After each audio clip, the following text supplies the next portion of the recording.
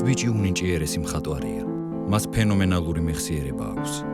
შეუძლია ერთი შეხედვით მთელი ქალაქის ზუსტი ასლი დახატოს ყველა დეტალის გათვალისწინებით. ის აუტისტური სპექტრის მქონე ადამიანია.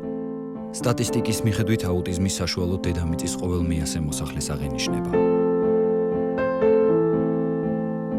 აუტისტური სპექტრის ბავშვები ხშირად ხატვის, მუსიკის, ანგარიშის, მათემატიკის, ფაქტების დამახსოვრების გაძლიერებული უნარით გამოირჩევიან.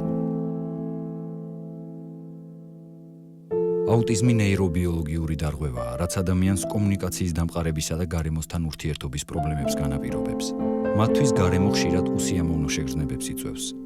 ამის გამო ცდილობენ თავი აარიდონ სხვის ემოციებს და თვალებით კონტაქტს გაურბიან. აუტიზმის დროს დროული დიაგნოზი მნიშვნელოვანია.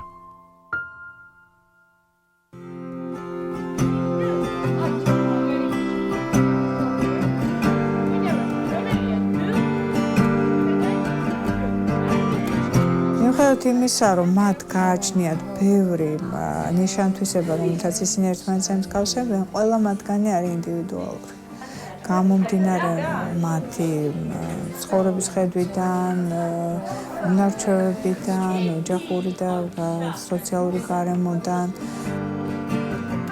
ყველა ბავშვთან აბსოლუტურად განსხვავებული მიდგომა იმისათვის საჭირო, რომ მოხდეს მათი წარმატებული აბილიტაცია ჰქვია, იმიტომ რომ უკვე ხდება ისეთ უნარებზე მუშაობა, რომელიც ადრე არ ჰქონდათ ამ ბავშვებს, ამიტომ რეაბილიტაციის ნაცვლად ხმარობენ აბილიტაციას.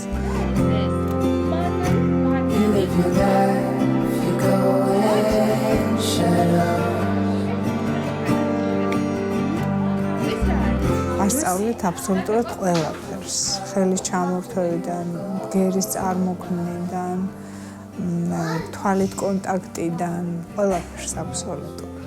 იმიტომ რომ არ იციან, ვერ ხედავენ იმ საჭიროებას, თუ რატო უნდა ისწავლონ ესა თუ ის ვთქვათ უნარი, რატომ უნდა ვიმუშაოთ ამას. ჩვენი მიზანი არის, რომ ეს ბავშვები მოამზადოთ შემდგომი დამოუკიდებელი ცხოვრებისკენ, მეტნაკლებად ისეთ შეუძლებლად.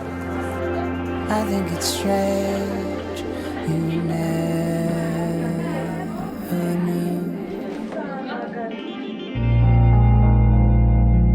ბრიტანელ მეცნიერებს მიაჩნიათ, რომ ჯანმრთელი ჩვილი სიცოცხლის პირველივე თვეებში მულტიპლიკაციური გმირების მოძრაობებზე რეაგირებს, ხოლო აუტიზმით დაავადებული ჩვილი მხოლოდ ხმებზე.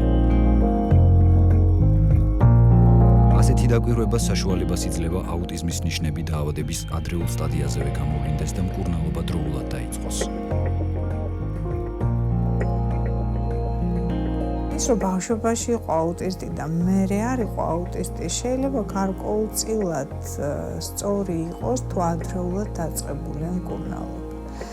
არსებობს ამერიკული კვლევები, რომლების მიხედვითაც თუ 18-დან 30 თვემდე პერიოდში იწყება ადეკვატურად საჭირო ინტენსივობის ინდივიდუალური ტრენინგი, ამ შემთხვევაში 58% ბავშვებისა სკოლამდე 2 წელიწადში პრაქტიკულად კარგავს დიაგნოზს.